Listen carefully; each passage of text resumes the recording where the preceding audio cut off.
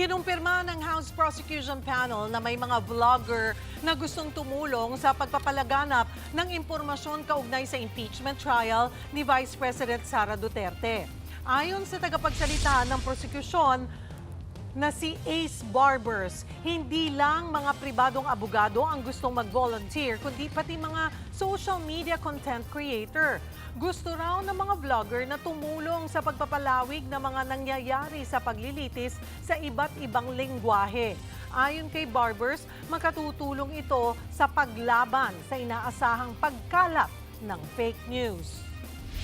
We are anticipating na dadami ang mga kakalat na mga fake news, no? At ito ay manggagaling sa mga pseudo vloggers. Kaya nga malaking tulong, no, kung merong magsasalita o magtutulong pag-explain, no, ng mga pangyayari dito sa trial nito in different dialects. And hopefully we will succeed in informing and educating our people.